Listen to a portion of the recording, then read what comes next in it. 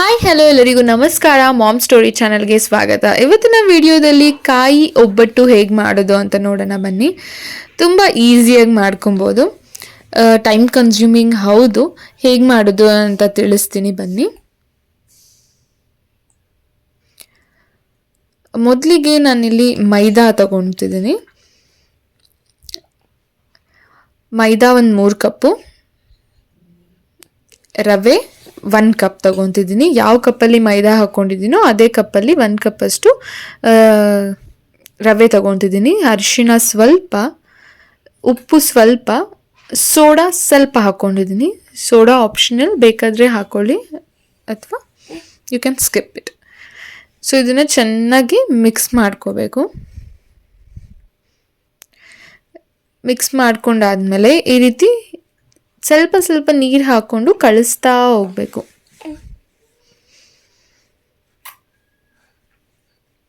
ನೋಡ್ಕೊಂಡು ಹಾಕ್ಕೊಳ್ಳಿ, ಜಾಸ್ತಿ ಹಾಕ್ಕೊಳಕ್ಕೆ ಹೋಗಬೇಡಿ. ಈ ಥರ ಸ್ವಲ್ಪ ಸ್ವಲ್ಪ ಹಾಕ್ಕೊಂಡು ಕಲಿಸ್ಕೊಡಿ.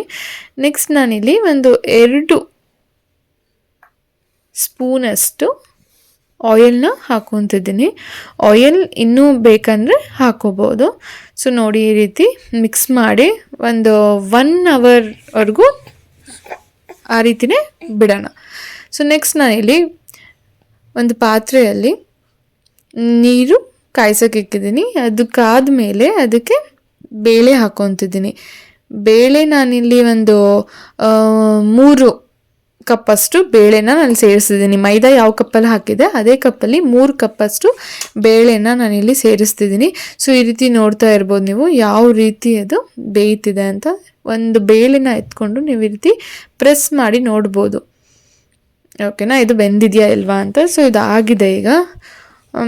ನೆಕ್ಸ್ಟ್ ಇದನ್ನು ಒಂದು ಇದರಲ್ಲಿ ಸೋದಿಸ್ಕೊಳ್ಳೋಣ. ಬೇಳೆ ಮಾತ್ರ ಸೋದಿಸ್ಕೊಳ್ಳೋಣ. ಅದರಲ್ಲೇ ನೀವು ಸಾರು ಕೂಡ ಮಾಡ್ಬೋದು. ಇದ್ರ ಏನು ನಾವು ನೀರನ್ನ ತೆಗ್ದಿಕ್ಕಿರ್ತೀವಿ ಅದರಲ್ಲಿ ಸಾರು ಕೂಡ ಮಾಡ್ಕೋಬೋದು ನೀವು. ಸೊ ಬೆಲ್ಲನ ಚಚ್ಚಿಕ್ಕೊತಿದ್ದೀನಿ ನಾನಿಲ್ಲಿ. ಅದೇ ಇದರಲ್ಲಿ, ಅದೇ ಬೌಲಲ್ಲಿ ನಾವು ಯಾವುದರಲ್ಲಿ ಕಾಯಿಸ್ಕೊಂಡಿರ್ತೀವೋ ಬೇಳೆನ ಅದರಲ್ಲೇ ಬೆಲ್ಲ ಒಂದು 3 ಕಪ್ಪಷ್ಟು ಬೆಲ್ಲನ ಇಲ್ಲಿ ಸೇರಿಸ್ಕೊಳ್ತಿದ್ದೀನಿ. ಇದಕ್ಕೆ ನೀರು ನೋಡ್ಕೊಂಡು ಆ್ಯಡ್ ಮಾಡ್ಕೊಳ್ಳಿ. ನಾನಿಲ್ಲಿ ಬರೀ 1 ಗ್ಲಾಸಷ್ಟು ನೀರನ್ನ ಹಾಕ್ಕೊತಿದ್ದೀನಿ ಅಷ್ಟೇ. ಆಮೇಲೆ ಇದಕ್ಕೆ ಏಲಕ್ಕಿ ಪೌಡರ್ನ ಸೇರಿಸ್ತಿದ್ದೀನಿ, 1 ಸ್ಪೂನಷ್ಟು ಏಲಕ್ಕಿ ಪೌಡರ್. ಈ ರೀತಿ ಮಿಕ್ಸ್ ಮಾಡ್ತಾನೆ ಇರಿ, ತಲ ಹಿಡಿಬಾರ್ದು, ಮಿಕ್ಸ್ ಮಾಡ್ತಿರ್ಬೇಕು. ನೋಡ್ತಿರ್ಬೋದು ನೀವು. ಇದಕ್ಕೆ ನಾನೀಗ ಪಾಕ ಕಾದಿದೆ. ಸೊ ಪಾಕ ಕಾದ ನಂತರ ಇದಕ್ಕೆ ಬೇಳೆ, ನಾವೇನು ಬೇಳೆ ಬೇಯಿಸ್ಕೊಂಡಿದ್ವೋ ಆ ಬೇಳೆನೆಲ್ಲ ನಾನಿಲ್ಲಿ ಸೇರಿಸ್ಕೊಳ್ತಿದ್ದೀನಿ.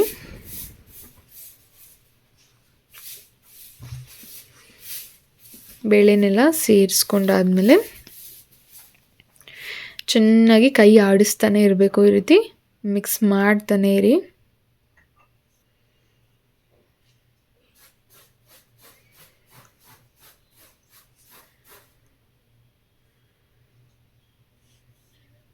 ಮಿಕ್ಸ್ ಮಾಡ್ತಾನೆ ಇರಬೇಕು, ಗಂಟಾಗದೆ ಇರೋ ಥರ, ತಳ ಹಿಡಿದೇ ಇರೋ ಥರ.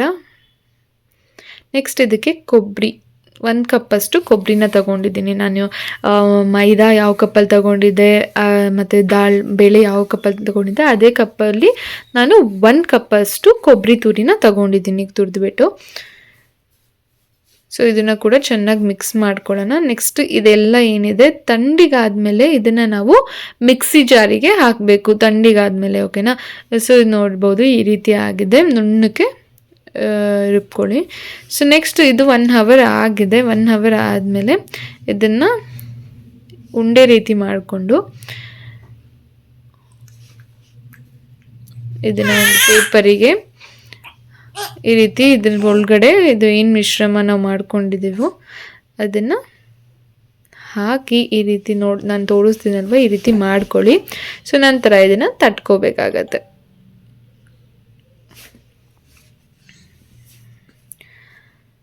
ಎಣ್ಣೆ ಹಾಕ್ಕೊಳ್ಳಿ ಕೈಗೆ, ಕೆಳಗಡೆ ಕೂಡ ಎಣ್ಣೆ ಹಾಕ್ಕೊಳ್ಬೇಕು. ಸೊ ಈ ರೀತಿ ತಟ್ಕೊಂಡ್ರೆ ಒಬ್ಬಟ್ಟು ರೆಡಿ ಆಗಿದೆ ಅಂತ ಅರ್ಥ. ಆಲ್ಮೋಸ್ಟ್ ಇದನ್ನು ಬೇಯಿಸ್ಕೊಂಡ್ರೆ ರೆಡಿ ಆದಂಗೆ. ಸೊ ಒಂದು ಪ್ಯಾನಿಗೆ ನಾನಿಲ್ಲಿ ಆಯಿಲ್ನ ಆ್ಯಡ್ ಮಾಡ್ಕೊತಿದ್ದೀನಿ ತವಾಗೆ. ಸೊ ತವಾ ಮೇಲೆ ನಾವು ಏನು ಒಬ್ಬಟ್ಟನ್ನ ಮಾಡ್ಕೊಂಡಿದ್ದೀವೋ ಅದನ್ನು ಹಾಕ್ಕೋಬೇಕು. ಸೈಡ್ಸಲ್ಲಿ ಎಣ್ಣೆ ಹಾಕಿ ಈ ರೀತಿ ಹಿಂದೆ ಕೂಡ ಎಣ್ಣೆ ಹಾಕ್ಕೊಂಡ್ರೆ ಒಬ್ಬಟ್ಟು ರೆಡಿ ಆಗಿದೆ. ತುಂಬ ಟೇಸ್ಟಿಯಾಗಿರುತ್ತೆ, ಮಾಡ್ಕೊಂಡು ನೋಡಿ. ಇದನ್ನು ಆ್ಯಕ್ಚುಲಿ ಹಬ್ಬದ ಟೈಮಲ್ಲೆಲ್ಲ ಮಾಡ್ತೀವಿ, ಬಟ್ ನಾವು ತಿನ್ನಬೇಕು ಅನ್ಸ್ದಾಗ ಮಾಡ್ಕೊಂಡು ತಿನ್ನಿ, ಚೆನ್ನಾಗಿರುತ್ತೆ. ಬಟ್ ಟೈಮ್ ಕನ್ಸ್ಯೂಮಿಂಗ್ ಅಂತ ಹೇಳ್ತೀನಿ.